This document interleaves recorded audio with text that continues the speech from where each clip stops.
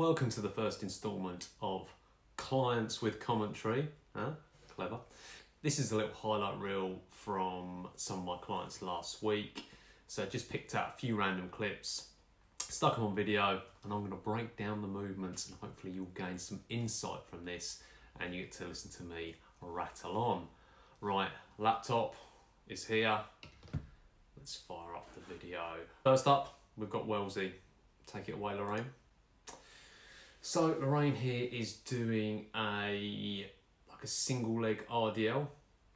So we're trying to get a little bit of length in the hamstring. So Lorraine's had a partial knee replacement. So this just lets her kind of focus on one leg at a time. And also we get a bit of an idea of if she's favouring one over the other, which obviously you'd expect that to be the case. So it's just a case of nice and slow, nice control, trying to keep that upper back tight and also working a bit on that head position as well.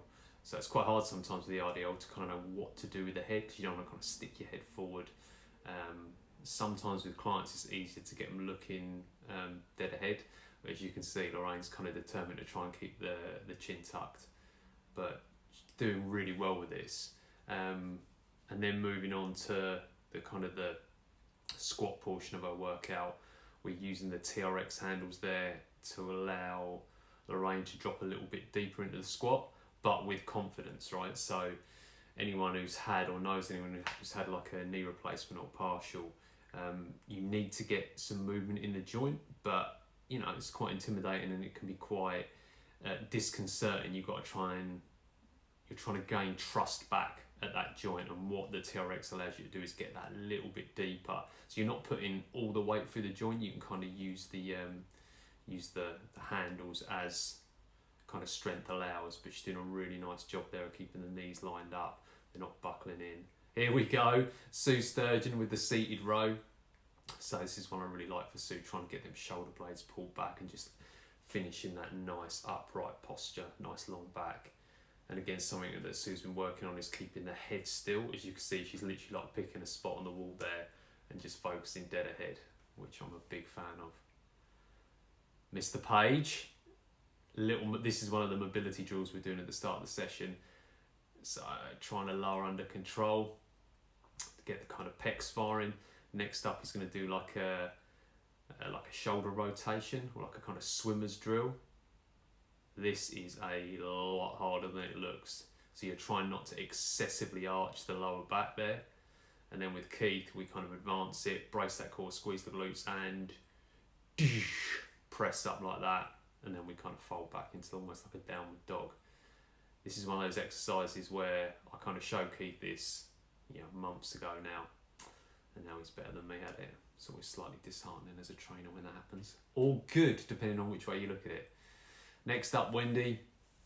So this exercise is called a bird dog or Superman position. So you lift up like opposite hand and opposite knee. Now this is one that gets absolutely butchered a lot because when you get into that position there, that back should look like that. That's what the lower back should look like, not this massive excessive arch. So do it slow and do it controlled. And I like that little kind of hover position at the bottom there just to reinforce that kind of lower back. Who's this tool? Oh, it's me. Some single leg work for Mr. Scraggs. I find these incredibly difficult. This is something I did with James, the physio. It's called like a capacity test. See how many you can do of these without form going to shit. I'm getting better, but it's difficult, right? And I feel a lot stronger with this on my right than my left. Look at that hamstring there. Twang. But I quite like it though. I do feel the benefit of it. And it's just one of those ones that's easy to bin off at the end of a session. So I try and, I'm trying to keep these in on a kind of semi-regular basis. So normal, or at least once a week I've been doing these. Again, not excessively arching the lower back, trying to really feed it in that hamstring at the top, getting the hips all the way through. You see Laurie in the background there having a little rest. This is Paul on the glute ham raise. So incredibly tricky movement to get right this, especially with the machine set up.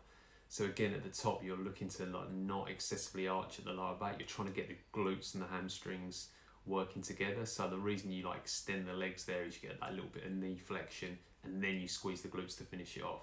But Paul's only been doing this a few weeks. He's already he's a bit of a pro at it. And ditto this one as well. So you can see, yeah, his legs took a hammering last week.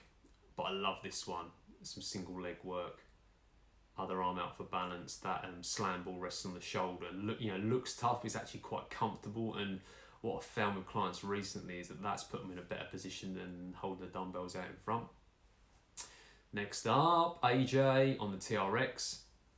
So Ajay sometimes has quite a lot of tension in the shoulders, so we do a lot of kind of rowing movements and pulling movements with him, or we might do like one pressing movement. So this week we've been doing press ups, like elevated press ups a fair bit, and this week I thought we'd just give the TRX a go. I like the range of movement with the TRX, but it's quite difficult to hold that tension in the core. So you'll see Ajay kind of, you adjust your feet as you go along. So the further you step back, the harder you can make it.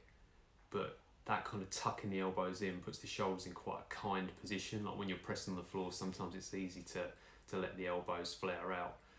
And again, this is another one that can feel slightly disconcerting when you're kind of barreling forward. So just trying to take it nice and slow, feel that stretch across the pecs when you get to the furthest point. Ajay, yeah, so like I said, always do always kind of skew it in favour of the pulling movements with Ajay. So here we're working on, not letting those hips drop too much. So I think on the audio on this, I'm kind of saying to him like, don't let the bum kind of drop back too far, because he's keeping the chest nice and big there, and he's pulling from the pulling them shoulder blades together, not over kind of rounding the shoulders at the top. But again, it's a real kind of, the TRX is great. Like it looks tough, but it's actually like, again, like those kind of pulling mechanics, like if you get the body position right to start with, you can get some really nice reps there. Really feel the shoulders initiating the movement. Nice, Ajay, look at that, just getting better as the set goes along. Like I said, feeling your way into it. Michael with the landmine press. So Michael's been having, this is the first time we've done kind of some shoulder work with Michael for a couple of weeks. He's had a little bit of a niggly shoulder, so this is kind of this is kind of like the toe back in the water. And the landmine press, it kind of strikes a nice balance between, it's not like a fixed rigid movement like a machine, but it provides a little bit more stability versus a dumbbell. And Michael just kind of, it's one of those things where he just kind of jives with it and does a good job. Oh, what's happened here? We're at the gym now. This is one of my outdoor cardio sessions. I'm working Sarah, Jemima and Mr. Linford here, and as you can see, Jemima has absolutely smashed the two adults. Come on guys, you're too big, man down. Anyway, back to the gym. Tim on the landmine press. So with Tim, you notice slightly different setup to Michael previously. With Tim, we're trying to add like a dynamic element to it, so getting that hip firing and trying to get that kind of foot turned over. So really, like Tim's got a nice kind of snap at the top, and it's just trying to get him to get that that firing coming more from the hip. That was a nice one, almost threw himself off balance. Kim doing the elevated press ups. I love this one. So this is right at the end of the set, or like the third set. So Kim's like starting to flag a bit here, and I think again with about 2 or 3 reps to go, I was like, if that's enough, that's fine. But Kim is a determined lady, and she will not let this beat her. So she just took her time, suck it up, couple of breaths, reset that core, drop, big press, get them up, Kim. And you got it. Penny with the gorilla rows, something relatively new into Penny's program. I like when you're rowing with one arm, you kind of push down on the floor with the other. So it's quite nice actually for keeping the back locked in a position. I find this really kind on my lower back. Like I feel strong in that position. And as you can see there, Penny's looking pretty strong herself. And we did this as part of a superset. So this went straight into press ups again, which Penny's a little bit of a pro at, as you can see. Really good range of movement at the shoulders. She can hold that position, no worries. Core nice and strong. yeah, I mean, I could watch Penny do this all day long. She's just rock solid, absolutely rock solid. That depth is not easy. But again, Penny's had like has had good press up mechanics from kind of day one. So this is just a nice way to advance it. Get up, Pen, boom, in the bag.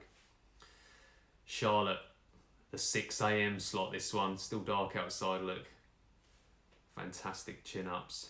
Again, not something that Charlotte just rocked up to the gym one day and decided she could do. This has taken a lot of work, but now we're at the stage where body weight wise, yeah, she can kind of knock them out. I wouldn't say for fun, but they look pretty damn good. And I like the reset, so sometimes Charlotte's like gets a bit of tension in the neck and shoulders and just kind of coming down after each one and letting go.